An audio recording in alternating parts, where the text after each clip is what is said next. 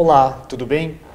Em nome do Instituto Paranaense de Sono, te dou boas-vindas à 26ª live do HipoConecta, do Hospital Hipo. E eu, Fernando César Mariano, junto com a doutora Carolina Fangueiro, gostaríamos de te perguntar: você tem acordado bem e disposto para exercer as tuas atividades durante o dia? Ou tem acordado cansado, ronca bastante, fadigado, sem energia para o seu dia a dia? É sobre isso que o médico do sono, o especialista do sono, quer te ajudar. O sono é uma situação fisiológica importante para o nosso bem-estar físico, emocional, mental. É como se tivéssemos um canivete suíço com várias ferramentas que nos ajudam no dia a dia. Tanto é que eu gostaria de perguntar para a doutora Carolina que comentasse todos os prejuízos daquelas pessoas que dormem mal, apenas uma noite, ou que dormem cronicamente mal, podem ter no dia a dia. Bom dia, doutor Fernando. Bom dia a todos. Eu sou a doutora Carolina, como o doutor Fernando me apresentou. Vivemos uma sociedade privada de sono, né? Ainda mais agora nesse contexto atual da pandemia. Sim, o sono é muito importante e a falta dele traz muitos prejuízos para a nossa saúde, desde prejuízos ali de déficits cognitivos, pacientes que não dormem bem, não têm ali uma boa concentração nas suas atividades do dia a dia, tem falta de atenção, falta de memória, prejuízos no aprendizado, fora ali no caso os prejuízos em relação a sistemas cardiovasculares, então pacientes apneicos que têm ali problemas no sono, porque eles têm um sono mais fragmentado ou ficam restritos, privados de oxigênio, aumenta a chance deles desenvolverem uma doença cardiovascular, então aumenta a pressão arterial, frequência cardíaca, aumenta também a chance deles terem problemas metabólicos, até alterações em relação à imunidade, né? A gente vê também vários casos, às vezes no noticiário, de pacientes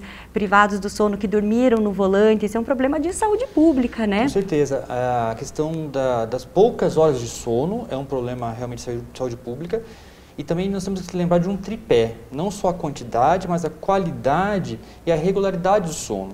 E é por isso que nós escolhemos hoje falar sobre um principal, digamos que é o principal distúrbio do sono, que é a síndrome da apneia obstrutiva do sono, que envolve vários comemorativos negativos que nós vemos na medicina do sono. Tanto desse tempo diminuído de sono, como uma qualidade ruim, essas pausas, essa fragmentação do sono. Então, nós que somos otorrinolaringologistas, que lidamos com a via aérea superior, garganta, nariz, somos especialistas que conseguimos dar uma investigação e um segmento para essas situações de ronco e apneia do sono. E por isso a gente queria começar conversando, Carolina. Roncar de vez em quando nós estamos com um resfriado, uma crise de rinite, é tolerável. Mas o que nós vamos conversar hoje é sobre aquele ronco frequente, que a pessoa ronca alto, que é escutada no outro quarto e que muitas vezes é associado com a apneia. Por que a gente pode roncar tão exageradamente assim em alguns casos?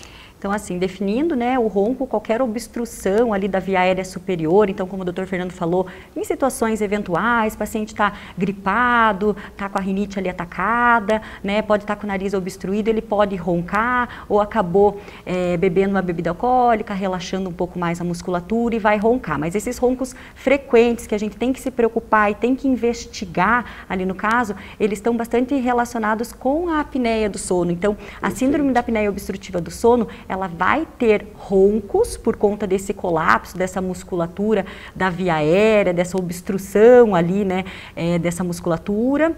E também, ali no caso, ela vai acarretar essas pausas respiratórias por mais de 10 segundos. Sim. Então quer dizer que o ronco geralmente vem por algumas situações que ficam nessa via aérea superior.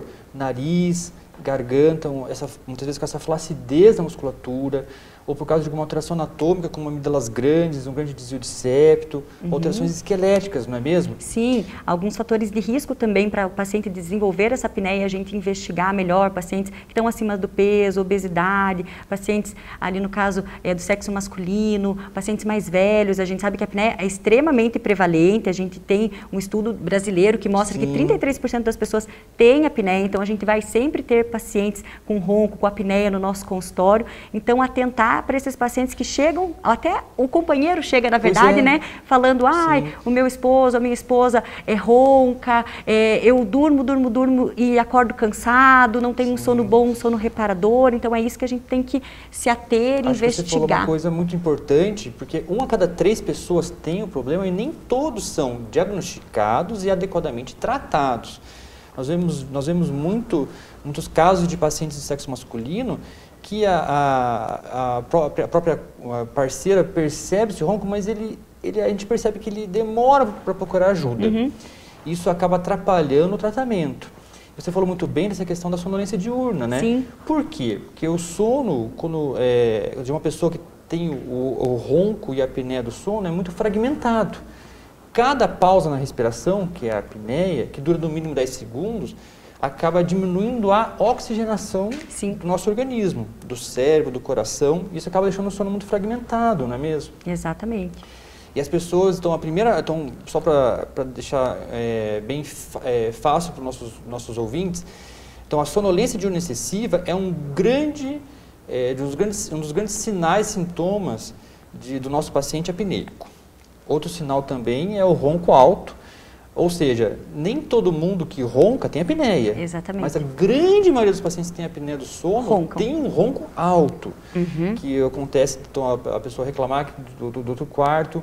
Ou que mais? Vamos supor, pode ser uma pessoa da sua casa, da sua família, aquela tia que toma vários remédios para pressão alta e a pressão não controla. É um grande indício de que pode ser. Ou aquele senhor, aquele vozinho que está assistindo a televisão e de repente dorme rápido. Ou está numa conversa e muitas vezes dorme rápido também. Ou também aquela pessoa, aquele paciente que tem que várias vezes à noite sair da cama para fazer xixi, para urinar. Isso também é um sintoma de apneia. O que mais que você conseguiria dizer para a gente? Geralmente também, depois da menopausa, né, as mulheres começam a roncar mais ou ter mais episódios ali de apneia, né? A gente sabe que a apneia pode acontecer em qualquer faixa etária, né? Mas isso que o Dr. Fernando frisou ali, desse ronco alto, dessa fragmentação ali do sono, com prejuízo na qualidade do sono, isso é muito importante. E aí, como que a gente vai diagnosticar esses pacientes, Dr. Fernando, com apneia? Porque muitas vezes até a parceira percebe esse engasgo, essa sensação de sufocamento noturno, mas será que é apneia mesmo? A gente vai só ter certeza através de um exame objetivo, que é a polissonografia. A polissonografia é um exame que, hoje em dia nós fazemos até um exame domiciliar, mas o exame mais comumente feito no laboratório de sono. Por exemplo, aqui no Hospital Hipo, nós somos um serviço de referência nesse diagnóstico, com profissionais extremamente qualificados para fazer o laudo desse exame, que vai monitorar vários sensores durante a noite e nos dar essa certeza de quantas apneias está acontecendo, para nos ajudar a classificar se é um quadro leve, moderado, severo. E conduzir para o tratamento, né? Então, a polissonografia é um exame extremamente completo, um exame seguro, um exame que o paciente pode passar a noite no hospital ou também fazer em casa, tem essa possibilidade. E a gente avalia vários parâmetros do sono. Então, o paciente dorme ali todo monitorado, avalia desde a atividade elétrica cerebral para ver as fases do sono, porque esses pacientes apneicos, eles não conseguem aprofundar o sono, eles não têm aquele sono profundo, aquele sono reparador, por isso que eles vivem cansados, têm sono durante o dia. Eles avaliam também parâmetros respiratórios, então desde a questão ali do ronco, da apneia, que posição que isso acontece, que grau que acontece, e nos direciona muito para o tratamento. Né? E é importante tratar, não é verdade? Nossa, tem que tratar, porque isso impacta negativamente na qualidade de vida das pessoas. A gente depois tem até depoimentos de pacientes, né, que a gente começa a tratar e que muda a vida da pessoa mesmo. E claro, do cônjuge também. Com certeza. Porque, claro, a questão do ronco da pessoa pode ser uma causa de insônia para o parceiro. Então, a gente recebe muitos casais que a mulher traz o homem. Por que a gente fala dessa maneira? Porque até a menopausa, como você estava falando, ainda é 2 a 3 vezes mais chance do homem ter apneia. Mas a mulher também pode ter, a criança também pode ter. A criança. Né? Então, é importante tratar para evitar complicações. Né? E quais são as formas de a gente tratar? O tratamento, na verdade, não tem aquela receita clássica ali. O tratamento é muito individualizado. Né? Então, depende ali, no caso, dos fatores de risco que aquele paciente apresenta, dos fenótipos que a gente fala ali, né? Enfim, então, o tratamento ele pode ser ali, no caso, medidas comportamentais, né, mais conservador, aqueles pacientes que têm uma apneia ali mais leve, que a gente classificou ali naquela polissonografia, eventualmente a gente ofereceu uma fonoterapia, um aparelho intraoral ou até tratamentos ali cirúrgicos, né? Cirurgia ali do nariz, cirurgia da garganta, eventualmente até algumas cirurgias esqueléticas, porque a gente sabe que essas alterações na morfologia ali da face colaboram também para a questão do ronco e da apneia. Então é um tratamento ali muito amplo e nós, junto com o paciente, decidimos o que vai ser melhor para ele. Sim. A gente sabe, né? Todo mundo já ouviu falar daquele familiar, daquele amigo que dorme com aquela máscara de oxigênio, que também é uma modalidade de tratamento, que até eles consideram como um tratamento ali padrão ouro, um tratamento mais conservador. O CPAP, né? O CPAP, falando, né? Exatamente, certo. Que é um aparelho uma máscara que vai emitir uma pressão positiva de oxigênio para abrir aquela via aérea. Perfeito. Claro que tem alguns pacientes que não querem usar aquele aparelho e a gente pode oferecer outras opções, como a cirurgia, né, doutor Fernando? Que bom que você comentou, Tom. Nós temos uma equipe, um tratamento multidisciplinar, que pode envolver, então, a fonoaudióloga, o dentista e as cirurgias. E principalmente sabendo que a questão da faringe é um principal obstáculo para a passagem do ar, para a geração desse ronco, nós temos cirurgias hoje muito inovadoras, como a faringoplastia, para resolver isso, para minimizar esse problema, muitas vezes associado com uma cirurgia, como você falou, de nariz ou até de crânio maxilofacial. Exatamente, a gente tem que desobstruir ali toda aquela via aérea superior. Talvez não seja no momento da cirurgia que vai resolver todo o problema. Então a gente começa assim, vamos fazer a remoção ali das amígdalas, fazer essa faringoplastia, mexer em toda a arquitetura aqui da musculatura da faringe, num outro tempo desobstruir o nariz, e é um tratamento que a gente vai acompanhando esse paciente. Perfeito. Essa questão do tratamento em etapas, sempre com essa equipe multidisciplinar e muitas vezes monitorando com os resultados, com a questão da polissonografia, na verdade, para trazer muito mais qualidade de vida. E por isso que a gente ressalta que é importante ter uma avaliação do especialista, sendo otorrinolaringologista, especialista em medicina do sono, que vai ter mais essa visão individualizada para ajudar a minimizar o problema do paciente. Exatamente. Então, acho que nós temos algumas perguntas que vão ajudar ainda a esclarecer mais alguns pontos, não é verdade? Ou até complementar, que é tanta coisa nesse assunto. Olha só que legal. A primeira pergunta é, crianças pequenas que roncam, pode ter algum problema na respiração? Com certeza.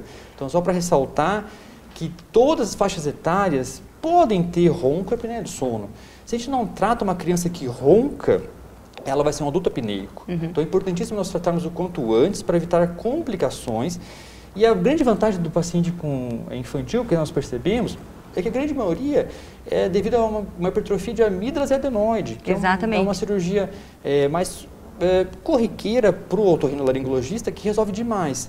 Se a criança não dorme bem, a gente percebe que o crescimento estatural fica prejudicado. Aquela criança mais agitada, inquieta, que não vai bem na escola. Exatamente. Né? E que fazendo às vezes a cirurgia muda a vida da criança, até o futuro dela, né? Vai ser um adulto que vai produzir mais também, né? Com certeza. Tem outra pergunta também que mandaram, né? Sinto muito sono durante o dia a ponto de cochilar em alguns momentos quando estou trabalhando, dirigindo. Isso acontece mais ou menos uns 10 anos, porém durmo a noite toda. O que devo fazer? Então, assim, esse paciente tem que procurar a gente o quanto antes, né? Dormir dirigindo não é uma coisa saudável, mas isso nos leva... nos reforça aquilo que a gente conversou, da questão da qualidade do sono. Pacientes ali que são privados de sono, que dormem em quantidade, mas não em qualidade. Não tem aquele sono profundo, aquele sono reparador, por hora vai cochilar no trabalho, pode até ser demitido ali do trabalho, pode causar um prejuízo maior de saúde pública dirigindo, né? Então esse paciente, olha, precisa passar em consulta com a gente aí, hein? Não adianta nós dormirmos essas 8 a 10 horas, porque é um padrão para um adulto jovem, realmente, né? 7 a 9 horas está excelente. Mas a qualidade está ruim e a polissonografia vai nos mostrar isso. Essa quantidade de sono profundo, sono superficial, a gente consegue ver muito bem essas interrupções do sono. Então, a ideia é realmente buscar avaliação especializada e fazer esse exame. Sim. Outra situação também muito comum, noites mal dormidas podem afetar a memória? Com certeza. Hoje a gente já sabe que o sono é essencial para a memória. Olha só que interessante, tanto para adquirir a memória, para adquirir o conhecimento, mas também para consolidar. Então, para esses dois pontos. Então, se a pessoa dormiu mal na noite anterior, não vai conseguir aprender, não vai conseguir reter a informação e muito menos consolidar. Então, é muito comum, sim, nossos pacientes que dormem pouco ou mal se queixar de baixa concentração, baixa memória. Isso tende, sim, a melhorar bastante tratando adequadamente. Exatamente. O bruxismo tem relação com a apneia do sono? Sim. Nós percebemos que há várias teorias com relação ao bruxismo, e uma delas é que o bruxismo possa ser uma repercussão de uma obstrução respiratória. E nós percebemos que a apneia e o ronco piora, sim, essa manifestação do bruxismo. Muitos pacientes que nós tratamos a apneia do sono tendem a melhorar paulatinamente a questão do bruxismo. Sim, e até uma observação importante do bruxismo, pacientes que nos relatam, que falam, eu uso plaquinha, eu tenho bruxismo, eu tenho apneia, a gente pode colocar a opção na polissonografia para o examinador atentar melhor a essa questão do bruxismo durante a noite de sono também. Para fazer investigação, perfeito. Temos outra pergunta também, né? Olá, tenho 15 anos, sou do sexo masculino, minha dúvida é, eu durmo às 23 horas da noite e acordo às 6 horas da manhã, faço minha refeição e durmo à tarde das 14 às 17 horas.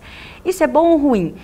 Então, na verdade, um adolescente ele tem ali uma necessidade aumentada de horas de sono, né? Claro que esse sono de tarde pode ser realizado, é saudável, mas não 3 horas de soneca, né? Porque senão acaba interferindo no sono à noite, acaba aprofundando muito aquele sono durante a tarde e não tendo ali, no caso, um sono efetivo ali à noite. E qual a diferença entre a apneia e a hipopneia? Ótima pergunta. Ótima pergunta. Isso é um detalhe que nós vemos a partir dos critérios de polissonografia. Então, simplificadamente, a apneia é uma pausa completa. Então, no mínimo 10 segundos sem a pessoa respirar. A hipopneia é um estreitamento parcial dessa via aérea. Ainda há uma passagem de um fluxo, há uma dessaturação de oxigênio, mas nós temos o hábito de somarmos as duas para dar o índice de apneia e hipopneia do sono. De forma que acima de 5 já é errado. Então, de 5 a 14,9 é um quadro leve, de 15 a 29,9 por hora é um quadro moderado, e acima de 30 apneias e hipopneias por hora é um quadro severo. Sim. Uma outra pergunta também, uma pessoa que ao sentar, dá uns minutos, ela já cai no sono, ela pode estar com problema? Sim, aquilo que a gente falou antes, aquela muito pessoa comum, que tá privada ali de sono, então ela mal sentou ali para assistir uma TV, alguma coisa, já dormiu. Isso entra nesse diagnóstico diferencial da sonolência diurna excessiva, né? Então nós temos até tabelas para graduar isso, e realmente a privação de sono e a apneia do sono são os principais motivos hoje em dia que nós vemos da população para ter essa sonolência. E está errado. E nós já respondemos também, então todo mundo que ronca tem apneia obstrutiva do sono? Excelente pergunta. Então nem todo mundo que ronca tem apneia. Sim. Faz parte da mesma doença, do mesmo só em diferentes graus. Geralmente, quem tem apneia costuma ter roncos frequentes e bem elevados. Mas realmente faz parte da mesma obstrução respiratória noturna, só que em graus diferentes. Quem ronca frequentemente não é tratado adequadamente, sim, pode evoluir para um grau de apneia no futuro. Acho que essa pergunta também a gente já tinha respondido, né? Então as perguntas acabam se repetindo, né, doutor Fernando? Aqueles pacientes ali que acabam tendo repercussões no dia a dia por conta dessa privação ali do sono. E também nós já falamos também sobre as principais causas, né, que podem gerar o ronco, que são principalmente alterações da via aérea superior, né? Como a gente já comentou, da faringe, então um desvio de septo do nariz, né, pode causar ali o ronco, ou uma amígdala muito grande, uma adenoide muito grande. Alteração esquelética, de forma que, para deixar mais claro ainda, que realmente o otorrinolaringologista que lida com toda essa região é treinado para isso. Para detectar essas alterações. É a pessoa mais bem escolhida para iniciar essa investigação. E nós percebemos, felizmente, que vários colegas especialistas estão cada vez mais, seja o cardiologista, o endocrinologista, porque vai o paciente que não está conseguindo perder peso, e o próprio endocrinologista começa a investigar um pouquinho o sono, e felizmente já estão mais atentos para encaminhar para uma investigação mais adequada. Aquele paciente que tem uma arritmia, uma fibrilação atrial, já teve um infarto. Então todos os colegas de outras especialidades estão cada vez mais atentos para toda essa gama de malefícios que um sono ruim pode causar. Sim. Nos chegam, né, para fazer essa muito investigação. comum mesmo ser encaminhado de outros colegas. Que bom, né? Tem uma outra pergunta também, um ronco muito alto, de boca fechada. Minha mulher acha que pode ser algo da tireoide. Tireoide tem alguma coisa a ver com ronco? Sim e não. Na verdade, assim, a tireoide por si só, ela aumentada, alguma alteração ali, alteração na função tiroidiana pode estar relacionada com alguma coisa em relação ao ronco e à apneia. Tanto é que faz parte do nosso protocolo de investigação para a apneia a gente pedir dosagem de hormônios tiroidianos. Mas não a tireoide por si só, que ia atrapalhar, que ia obstruir, isso não. Não sei se esclareceu. Comecei a roncar durante a gravidez, achei que após o parto não iria mais roncar, porém minha filha está com 12 anos e cada dia ronco mais, até de boca fechada. O que eu preciso fazer? Olha, você tem que realmente fazer uma avaliação, principalmente com a questão da polissonografia, para dar um seguimento, mas o que nós pensaríamos? Por exemplo, será que depois da gravidez você teve um ganho de peso e esse ganho de peso está sustentado? Nós sabemos que a obesidade, sobrepeso, é um grande predisponente a ter o ronco e a apneia do sono. Ou talvez alguma alteração hormonal. Sim. Então, como nós começaríamos assim a te investigar. Com essa questão do peso, com essa questão metabólica, tudo isso é importante para nós darmos assim, um segmento para você. Sim, até complementando também um pouquinho, a gente sabe que a apneia é uma doença que ela vai aumentando conforme vão passando os anos. Então, esse paciente que acaba envelhecendo, a musculatura vai ficando mais flácida, ele tem uma maior predisposição para ter um colapso dessa musculatura e, consequentemente, ter a apneia e ter o ronco. Então, seria válido essa avaliação. Perfeito. Uma outra pergunta, o que posso fazer para diminuir ou prevenir a apneia e o ronco, né? Excelente. Excelente pergunta. Então, primeira coisa, procurar o médico otorrinolaringologista, o médico especializado nessa parte do sono, para fazer uma avaliação ali clínica e também com exames como a polissonografia bem completa, para detectar se tem alguma obstrução dessa via aérea, seja um desvio de septo, seja uma amígdala muito grande, fazer o exame da polissonografia para identificar outros distúrbios do sono. E medidas comportamentais. Medidas comportamentais. Para tudo na vida, se nós tivermos bons hábitos, desde a alimentação, peso adequado, você já vai estar prevenindo surgimento ou até a evolução do ronco da apneia. Sim. Então, acho que o peso é importante, essa alimentação, exercícios físicos regulares, evitar álcool, evitar cigarro. Então, todos esses bons hábitos de saúde e de vida também são importantes para a gente. São muito benéficos. O que mais pode causar é a síndrome da apneia obstrutiva do sono. Várias situações, como nós já comentamos, essa questão talvez dos malefícios, né? Então, a gente vai ter um prejuízo do trabalho, da concentração. Nós vamos perceber nas mais diversas áreas do nosso corpo. Metabolismo, como também a doutora Carolina já falou, da questão da imunidade. Tem alguns estudos muito interessantes que a pessoa que dorme mal e a pessoa apneica, muitas vezes não cria anticorpos. Se a pessoa faz uma vacina para influenza, para hepatite, não vai gerar uma memória imunológica. Então, até câncer, nós já sabemos que o paciente que tem uma apneia obstrutiva de grau moderado a severo tem mais predisposição. Então, realmente é uma gama de malefícios para toda a população. Uma outra pergunta também, tenho apneia do sono e desvio de septo. Se eu fizer a cirurgia do desvio do septo, acaba com a apneia do sono? Ótima pergunta, isso a gente escuta muito no consultório. Sim. Na verdade, como a gente comentou, pode ser uma das etapas de tratamento, tem que fazer a cirurgia do desvio, acho que sempre é válido, para a pessoa respirar melhor, desobstruir aquela via aérea ali do nariz, né, aquela via aérea mais alta, ou também até para adaptar para usar um CPAP, mas não que vá resolver talvez totalmente o problema, talvez seja uma etapa do tratamento e tenha que associar com uma cirurgia faríngea, né, junto, então muito legal essa pergunta. Respirar bem pelo nariz é importante para nossas diversas atividades, até para praticar exercício físico para conseguir perder peso mais rápido. Mas eu concordo que isoladamente a cirurgia do desvio de septo nem sempre resolve o problema. É verdade. É possível a apneia do sono sem ronco? Sim, como nós já respondemos, né? E existe a possibilidade de realizar a polissonografia em casa, como funciona? Perfeito. Aqui no Hospital IPO, seguindo uma tendência mundial, nós já conseguimos disponibilizar para casos bem selecionados, isso é importante dizer, o exame de polissonografia domiciliar. Como assim casos selecionados? Após uma avaliação com especialistas, nós temos, um paciente tem uma alta chance de ter apneia do sono, ele pode sim fazer esse exame em casa. É um exame que a pessoa consegue levar uma maletinha para casa, é autoexplicativo, ele consegue, com a ajuda de um familiar, montar o aparelho, outro dia traz esse aparelho e o laudo é feito regularmente. Então, além do exame no laboratório de sono, que a pessoa posa no hospital, realmente, hoje em dia, nós já podemos disponibilizar para alguns pacientes o exame domiciliar. Sim.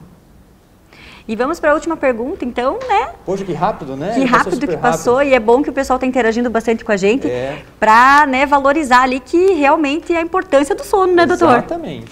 Então, a última pergunta, se o Alzheimer tem relação com a apneia do sono? Sim, o Alzheimer, uma doença neurológica, tem relação com a apneia do sono.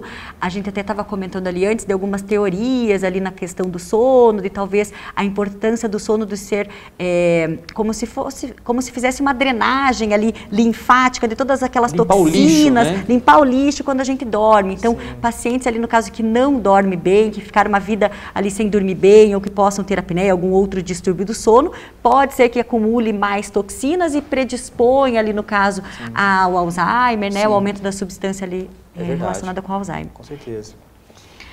Então, pessoal, nós agradecemos toda essa participação de vocês. Foi um prazer estar aqui. A live completa vai ficar no canal do YouTube do Hipoconecta. Então, vai ser bem fácil de vocês acessarem novamente. Se ficou alguma dúvida, por favor, enviem as perguntas que nós não conseguimos responder, nós vamos responder depois em particular. Pode até comentar no post oficial ali do Hospital Hipo que a gente responde. Sigam nossas redes sociais, né, no Instagram. E queria deixar um recadinho também, né, na próxima semana vai ter uma próxima live também, só que com o grupo da dermatologia, sobre um tema também interessante, né, de queda de cabelo, né, e a gente aguarda vocês também. E lembrando, né, doutor Fernando, que o Hospital Hipo está preparado para receber os pacientes com segurança, né, o nosso pronto atendimento funciona 24 horas por dia, atendemos adultos, atendemos crianças também, né, todos os pacientes que chegam ao Hospital Hipo, eles são submetidos a uma triagem, né, onde a gente mede temperatura, saturação de oxigênio, aqueles pacientes que a gente acha que possam ser suspeitos, eles vão ter ali no caso uma entrada diferente ali no hospital dos outros pacientes que vêm por uma consulta eletiva, que a gente está à disposição. Nós temos também várias unidades do Hospital Hipo espalhadas pela região metropolitana ou dentro de Curitiba mesmo. E você pode até fazer o agendamento através do Hipoconecta, na verdade. Sem sair de casa, né? Online também. Então, pessoal, a dica é cuidado com o seu sono, valorize o seu sono, não é um luxo. E procure um especialista, estamos aqui à disposição para ajudá-lo a ter uma qualidade de vida melhor. Muito obrigada, espero que a gente tenha esclarecido ali algumas dúvidas. Estamos à disposição, como o doutor Fernando falou. E é isso, bom dia. Um abraço, doutora. Um abraço, doutor. Obrigada.